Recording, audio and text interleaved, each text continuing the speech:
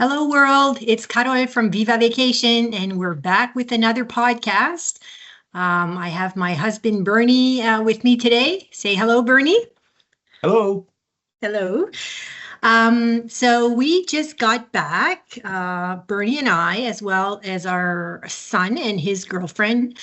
We just got back from Japan. It was a trip of a lifetime, and we thought we'd share what we learned about Japan before, during, and hopefully you'll learn a few things and decide that Japan needs to be on your bucket list.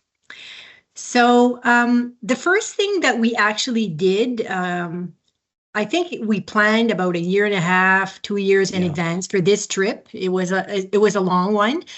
Gradually, And step by step. Yeah. yes, yeah. So we decided on first the time of the year that we wanted to go. So we were looking really at April, May, June.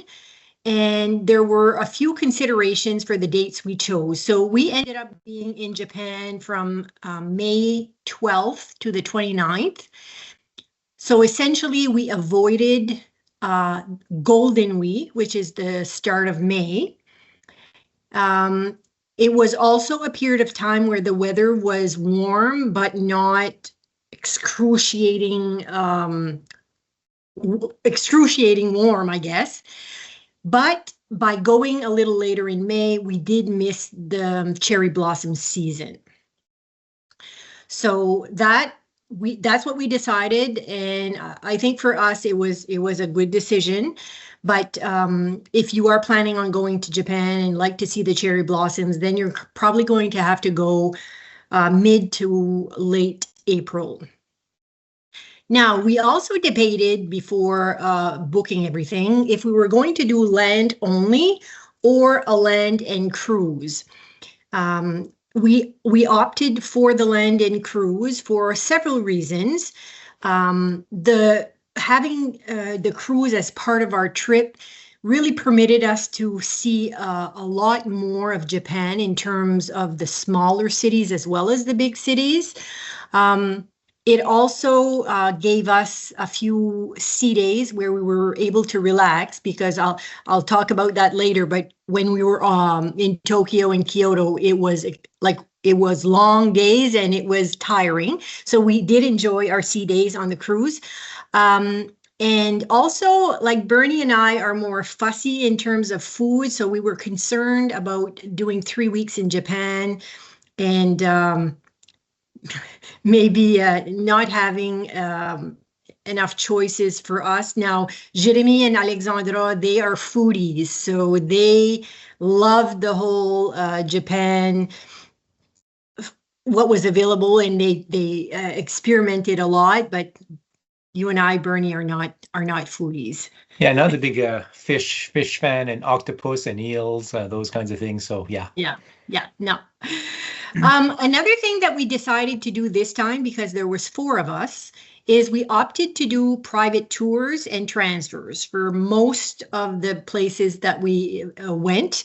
I'll talk about that later, but that was a very good decision in my opinion.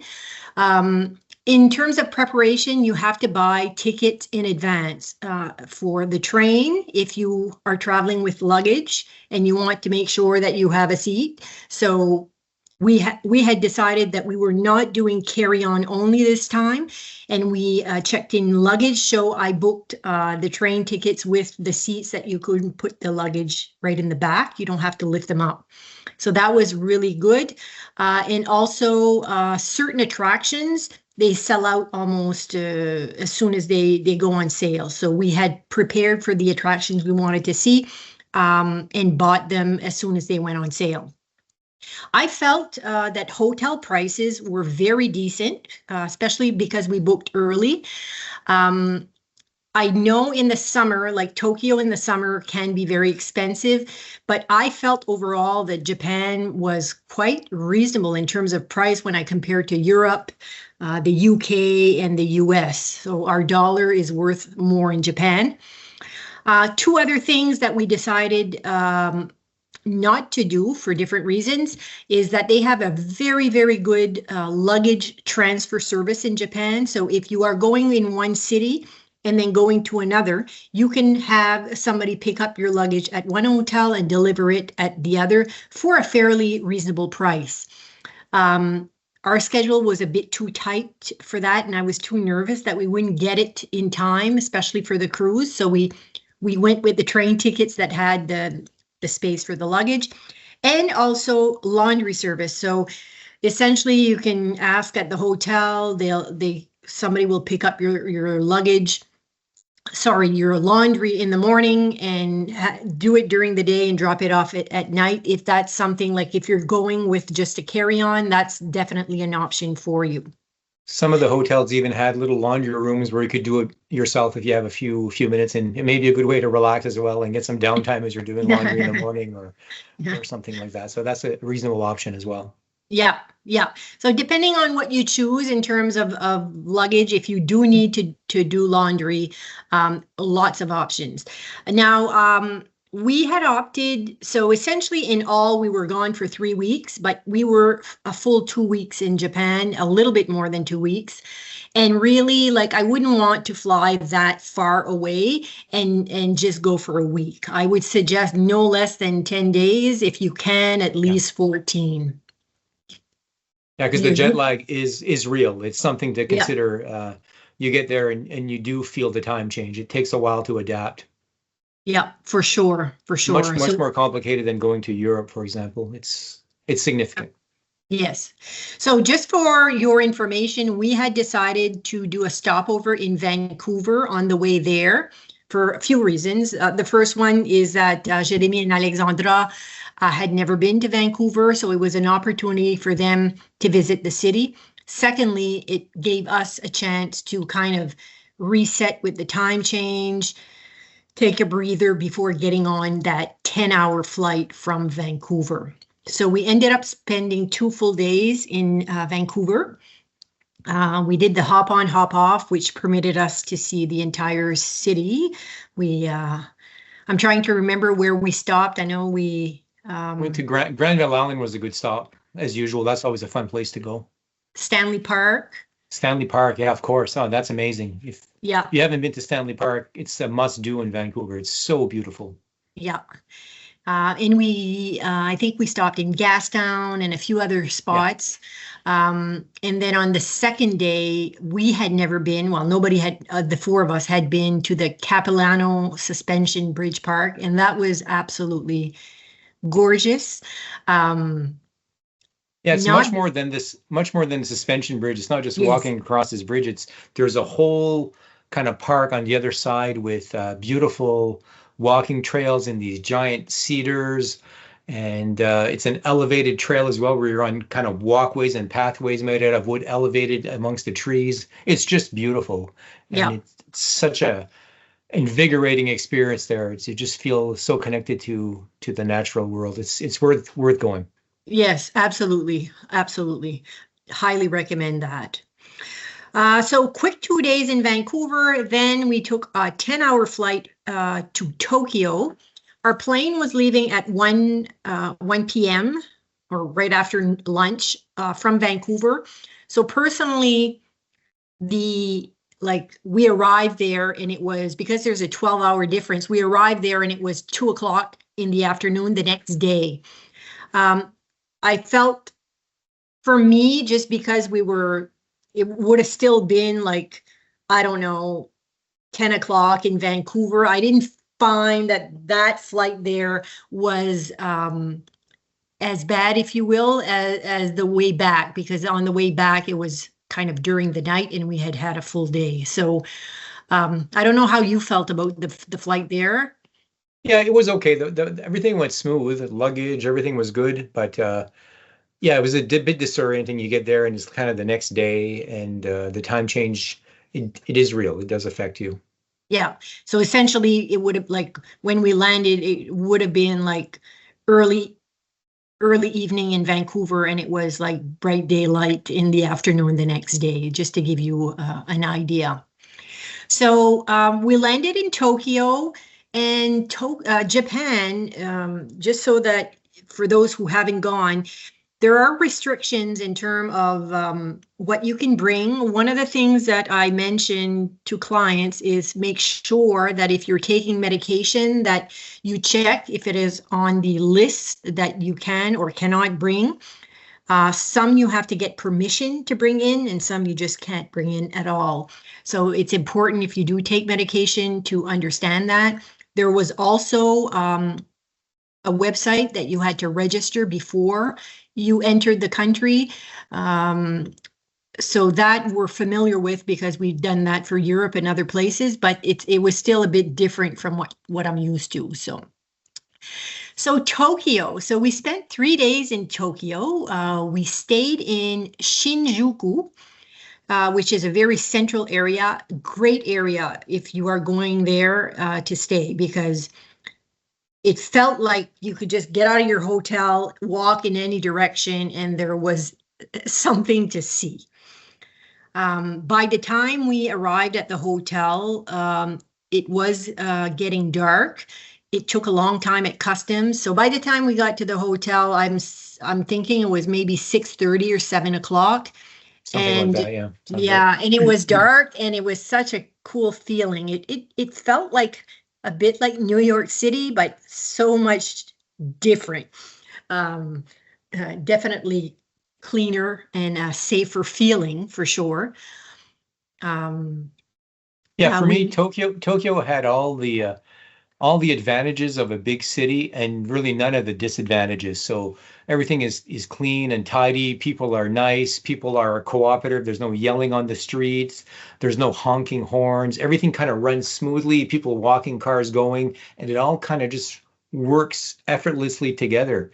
And you feel safe. There's no people on the street, obviously intoxicated or suffering from drug addiction. It's really just a nice big city that you can walk around and be comfortable and look at things and enjoy the city. Absolutely. I was even saying, like, I'm a nervous traveler, and I would have been comfortable, not sure about at night, but during the day for sure. And it's a city with 34 million people. Just to give you context, I think New York City is 9 million. So, I mean, it's huge, but I never felt, not once, I did not feel unsafe. And honestly, I know we joke about this because Jeremy says, oh yes, I saw one homeless during our trip. Well, personally, I did not see one homeless individual during our entire trip. I don't know what they're doing differently than in North America, but it's very marking, or I don't know how to say it, but you can't believe it, I guess, is the term. Yeah, it's really obvious. And there's no people kind of like milling about or hanging around the train station, kind of you're wondering, what's that person up to? They're Yeah. looking at me. Why are they eyeing me up if I'm a victim? Like there's none of that at all. Like it's just Yeah. people do their thing and it's everything runs smooth. Yeah. Absolutely. So in Tokyo, we did a private tour for a full day. We had like a tour guide that picked us up in a van. We went around town at different places. We visited Sensoji Temple, Takashita Street, which is so cool. It almost looks like a street of arcades, or I don't know how to describe it, but it's like all like anime, video games. Anyway, it was a really cool street. And we also did the famous Shibuya crossing. For those of you who don't know what that is, it's a huge, huge intersection that has probably like, I don't know, like 6 different ways you can cross, and millions of people cross that every day. And it's like at any point during the day, it's packed. So we weren't going there other than to say we had done the crossing, Yeah. but yeah, it was kind of cool. It's one of those check, we did that kind of thing. Yeah, exactly. On day 2, we had the morning that we wanted to just walk around, do some shopping. Then we headed to Team Labs, Team Lab Planets, which was so cool. that's one of the attractions that we had to buy tickets in advance for. I don't know how to describe it.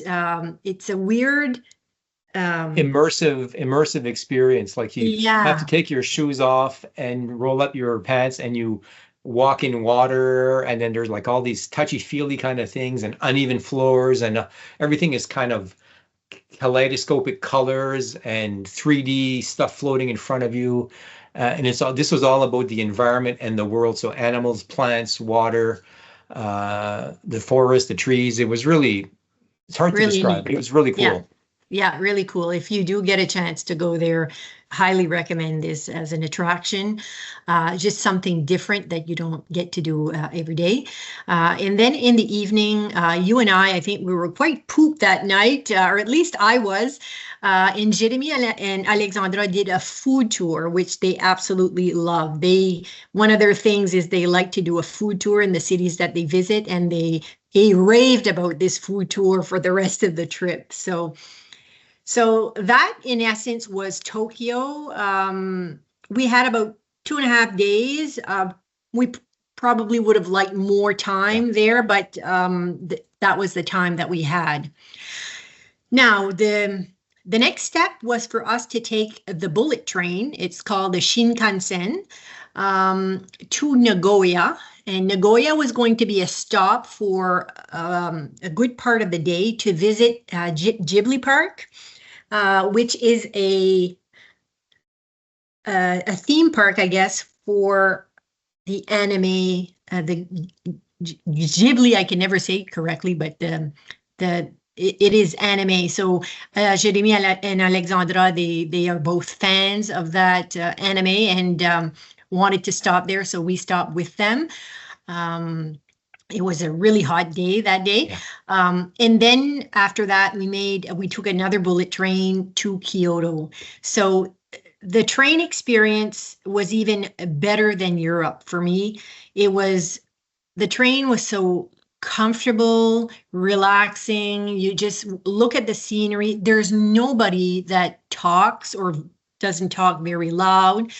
So I remember on our last trip to Portugal, there were 4 or 5 younger kids in the train that had they were talking so loudly the whole train ride. It was a bit annoying. And here there's none of that. So it's an experience in itself. I think we all love the train, right?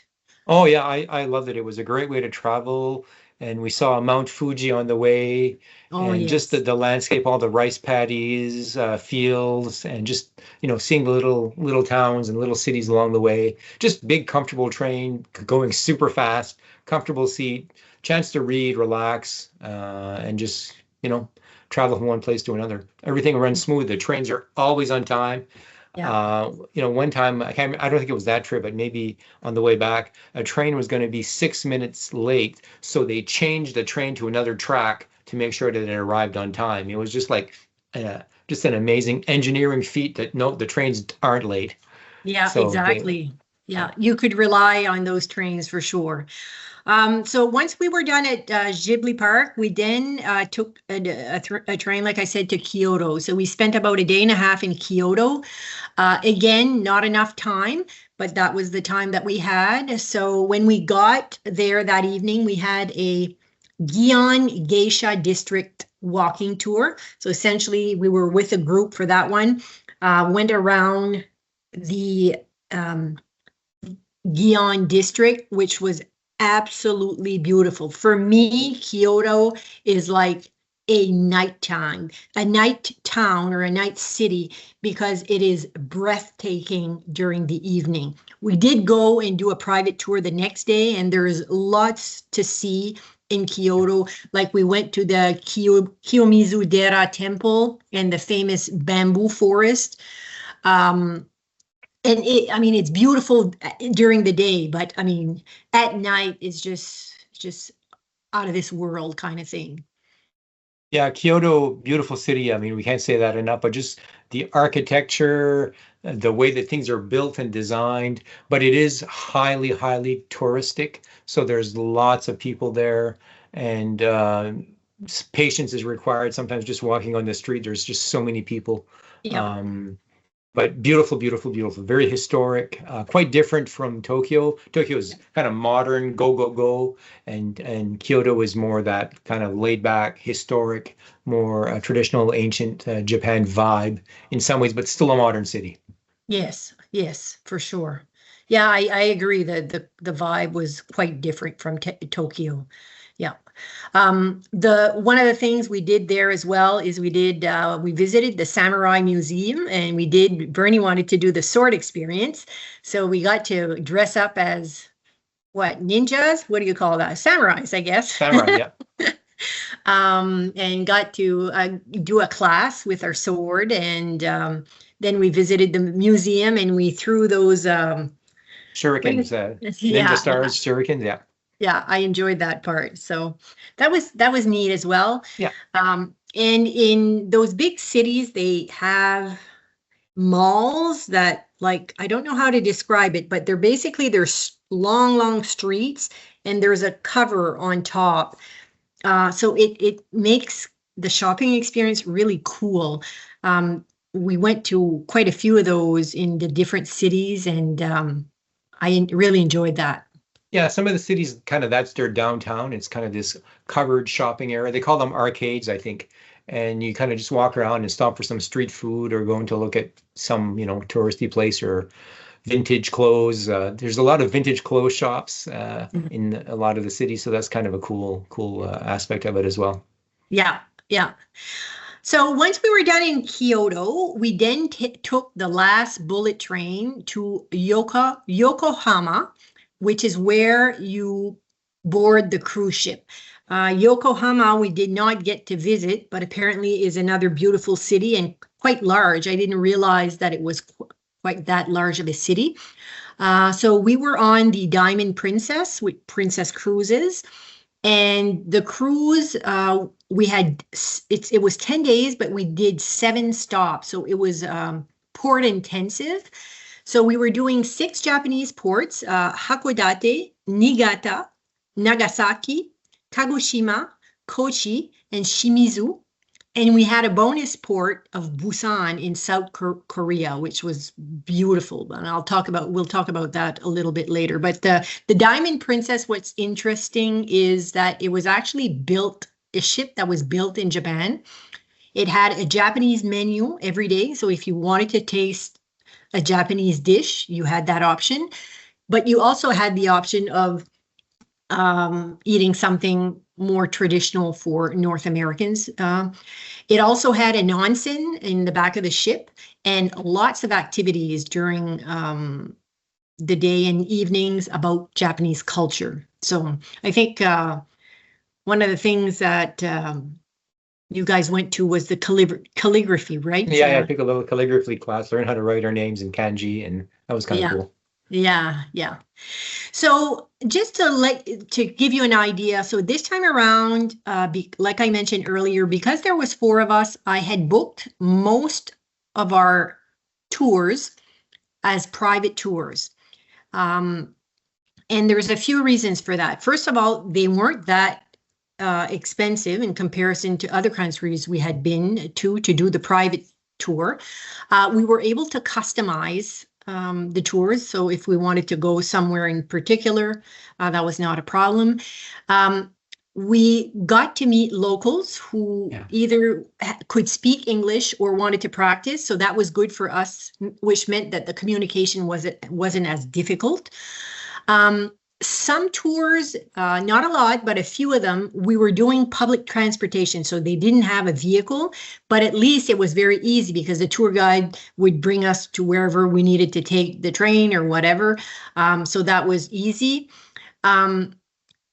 Absolutely, those kind of tours, you get to see things you would not on your own or in a big group. Absolutely, like no doubt there. It's definitely worth the money. And for the tour guides, we had this time around, we had brought some little gifts. They were kind of maple candies with a thank you card that we gave all of the tour guides. So we liked that. The tour guides were all very interesting people as well, all very different backgrounds, but super interesting people. Were very interested in Canada, of course, and asked us lots of questions about our country. And just as we were asking get questions about their country as well. So it was not just, a tour guide talking to us about things, but it's kind of like an exchange, and just felt really honest and natural. So it was a really good experience. Yeah, one of the tour guides, which was a highlight, I think, for all of us for the trip, actually brought us to his own village. We walked in his village, and then he showed us his home, which was so special to see where, Japanese people live and the type of homes that they have. Another tour guide was actually a doctorate in law, if I remember, in copyright law. So they all had super different backgrounds, and it was really interesting to learn about each of them. So now for me, the highlights of the trip for me, there's quite a few, but I'll go Hard to through my pick. list, and maybe you can go through your list after. But so we went to in Nagasaki. We went to the Atomic Bomb Museum and the Peace Park. So this is where we learned to make paper swans, which were symbols of peace. The museum itself, as you can imagine, is extremely powerful, very sad, but powerful, and a reminder of you know, how delicate, I guess, life can be. Um, and And just the horrors of war yeah, and yeah, atomic bombs. It's just, yeah, yeah, the images there are just hard to see, hard to watch, and hard to comprehend. But anyways, uh, it's an experience. It's something to do, and to really develop a deeper understanding of that time period and what it meant and what had happened. yeah, yeah. In Nagasaki, this is where we had a meal of Wagyu beef. We all really enjoyed that. Oh, that was a It's good meal. actually, yeah, it's actually where the tour guide brought us to his home. So that was a great tour day for us. In Kagoshima, we went to a Sengan-en garden. It was the most beautiful Japanese garden that we saw, I think, during our whole trip. And there was Yeah. a great view of the volcano. Um, we saw a lot of Japanese gardens, but this one was like out of this world. Like I can't even describe it. It wouldn't do it Yeah, justice. yeah, it's not just about like the plants, but it's how they make the rocks and the water and the walkways flow together for views and just feelings, and they incorporate art and the house. It's just so zen, Yeah, and so beautiful in its simplicity as well. So yeah, that I mean, gardens were a highlight for sure, but that was a really yeah, amazing garden. yeah. We then went to Busan, South Korea. This was actually for me like a pleasant surprise. It's not, I didn't know what to expect from that port, but I absolutely loved it. We went to the Gamcheon village, the Haidong Yungang Temple, the Skywalk, and then we ended the day at the Busan International Film Festival area. Is just so beautiful and so different. The architecture there, I mean, we couldn't help but we kept saying, "Oh my God, look at like the condos or the apartments." I don't know what they were, but you remember, like And there we was a couldn't. lot of them. Like, I don't think I've ever been to a city with so many big buildings, like just Yeah, one big tall skyscraper, apartment building, condos after another. It was just amazing to see so many of them yeah, all lined up. And they were all modern and new. It's not like they were these old buildings. You could feel like they were all built in the last, 10, 15 years or something. It's just amazing development. It was yeah. a big, big city. Yes, yes, and the architecture so different than Yeah, Japan. neat stuff. Yeah, Yeah. yeah. So that was a very pleasant surprise, I guess. We also did the caves in Kochi. Now that really got Oh, me yeah. out of my comfort zone just because we've done caves before, but not like this. It was Anyway, if you're claustrophobic, do not go to these caves. It was a 1 kilometer walk in a cave up and down with like steep stairs and places where you had to squat down, and I had to take my backpack off to fit through. And there was one section where there was bats, lots and lots of bats, and you could kind of hear them overhead, and they were kind of like chattering like bats do. But it was still a neat experience. I loved it, but it was Yeah. definitely something different. I was walking quite fast when you told me that there were bats. And our last stop, which was a very short stop, I enjoyed going to Miho Beach, where you could get a beautiful view of Mount Fuji. So yeah, that was, but I mean, we saw so many temples and shrines and gardens. I mean, everything was just so beautiful. It really hard to pinpoint, you know, a few. Did I miss any? What were your highlights?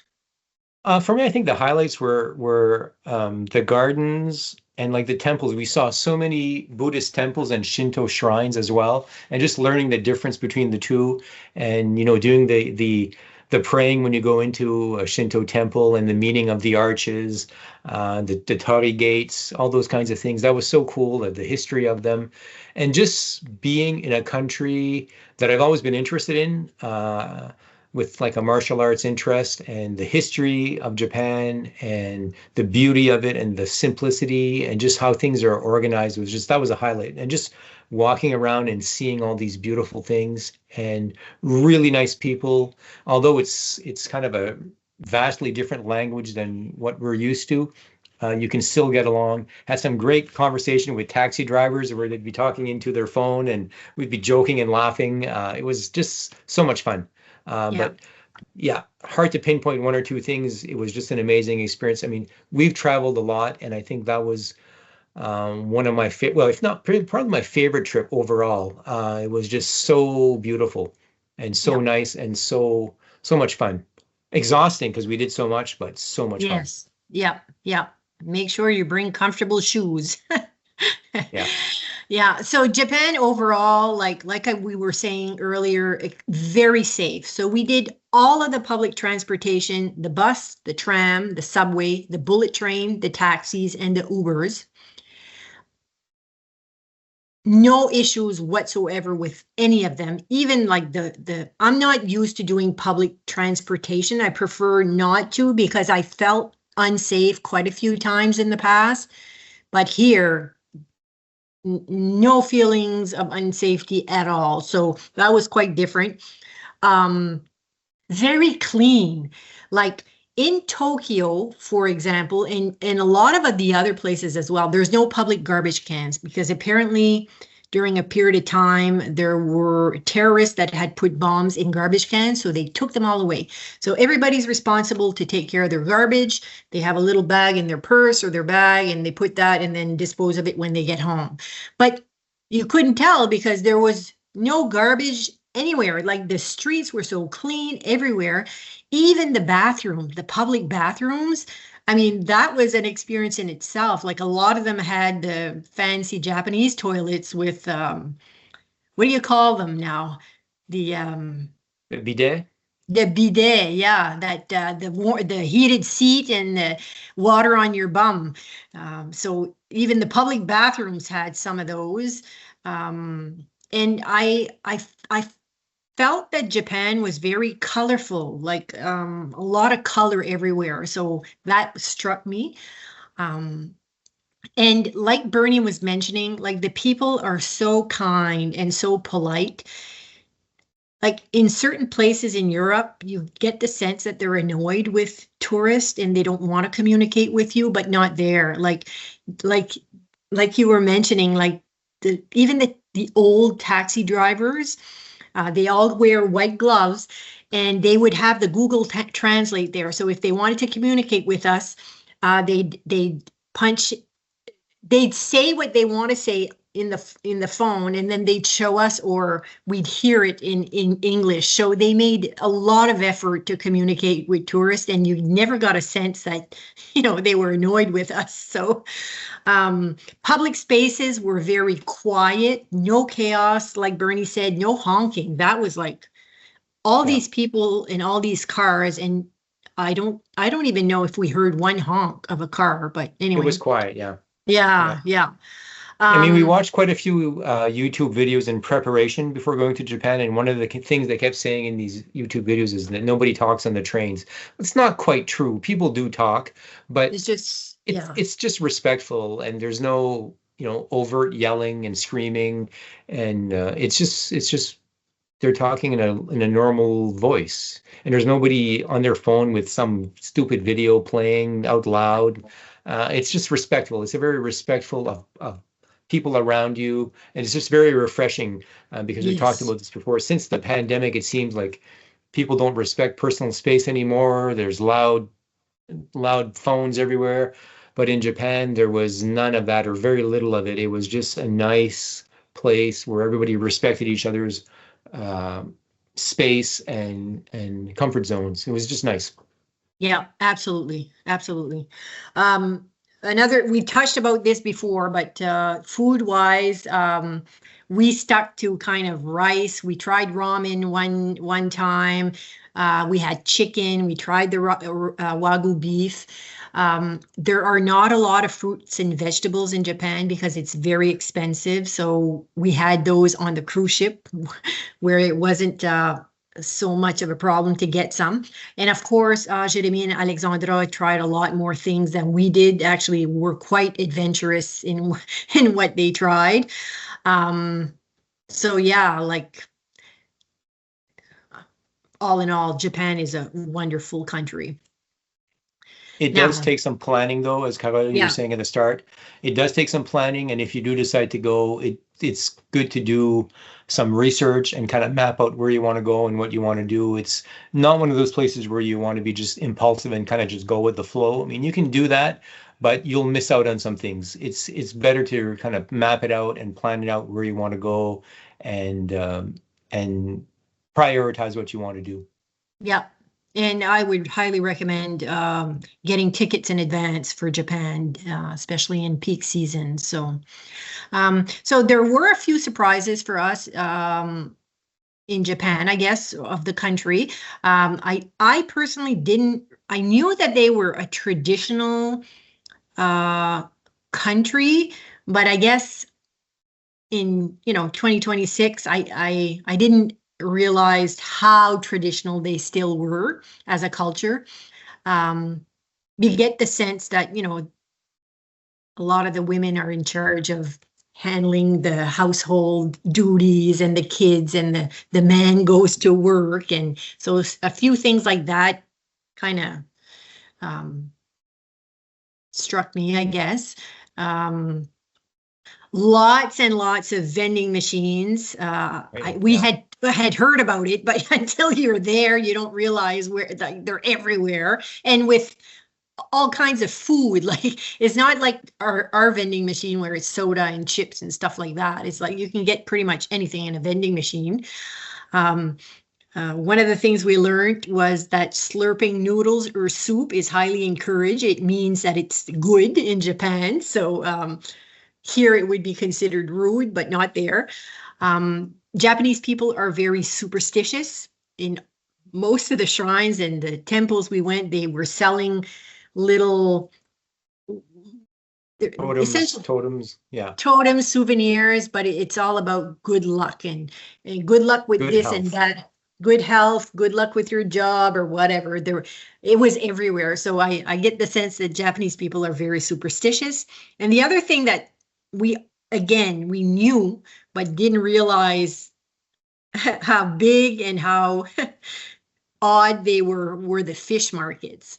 We were in quite a few fish markets. I think the Japanese people are so used to it that when they have tourists, they bring them there as, I don't know, like but for us, like, going through the fish market was almost disturbing for me. Um, anyway, it was an experience. Yeah, particularly the one in Busan, which is the biggest one, and that one was where there was really literally like big giant buckets of eels and live octopus and big flat fish in a pail, and you could kind of pick one and either bring it home or have it prepared in a restaurant upstairs in the fish in the from the fish market. So just it's a big element of their food in And their Japan in that culture, area. yeah, Yeah. yeah, yeah, yeah, yeah, yeah. So we went through it. Let's say I was walking quickly again in some of those parts because it grossed me out, but it is what it is. Um, so a few tips if you are considering going to Japan. So we had brought quite a lot, I guess, of yens because we had read that in smaller cities or in markets they often don't take credit cards, and that is true. If you're in Tokyo, Kyoto, larger cities, the credit card is not going to be a problem. But in the smaller cities, you want to have yens on you at all time. Um, like I mentioned before, hotel prices very reasonable, and the Canadian dollar goes a lot further in Japan than it will in other places like Europe. So that was a really good thing. Um, we would recommend learning a few basic words in Japanese and absolutely know how to use Google Translate. So you can, with Google Translate, you can even take a picture of a sign. It'll tell you what it says. You can say a phrase in English and then it'll say it in Japanese. There's so many tools in Google Translate that will really help with the communication. And they seem to be all open to that tool. So that was wonderful. Yeah. Yeah, I think Um, just like you said, a few basic phrases and words you can get by. Don't let the language feel like it's a barrier because there's always ways around it. yeah, for sure.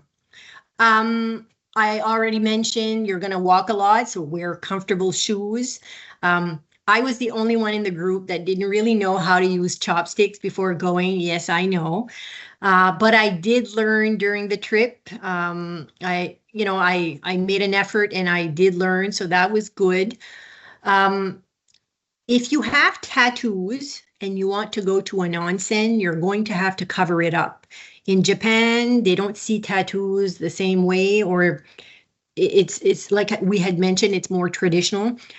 I think it's only really a problem if you're going to an onsen. Otherwise, they understand that tourists have a lot more tattoos than they do. So just keep that in mind. Japanese people are very private. So example, they don't typically shake your hand. I did that mistake once, and then I realized, oh, I shouldn't have done that. You usually bow. That's a sign of, thank you or hello or whatever. Another thing is that tipping is not really a thing in Japan.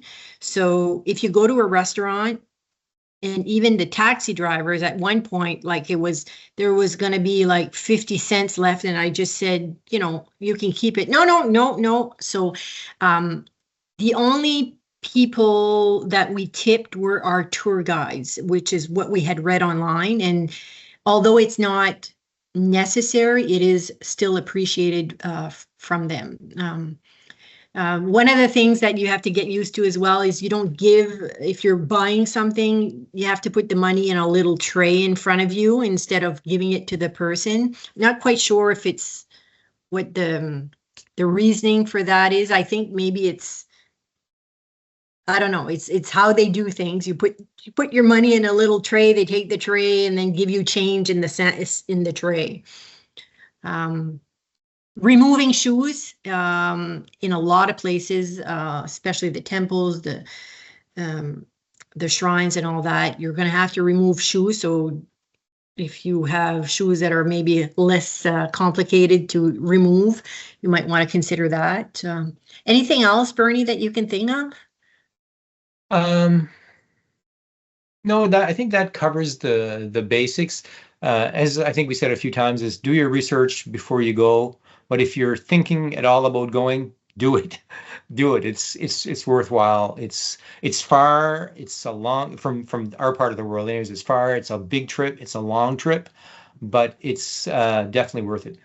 Yes, absolutely. Like I tell people, if it's not on your bucket list, it really should be. So I know this podcast was a little bit longer than usual, but it was such an amazing trip. We were there for almost 2.5 weeks. So hopefully you enjoyed it. If you are interested in going to Japan and you would like some help, please reach out to myself or to any of our Viva travel advisors who'd be very happy to help you plan your trip. And At that, we'll sign off. Safe travels, everyone. until next time, Viva Vacation. Bye-bye.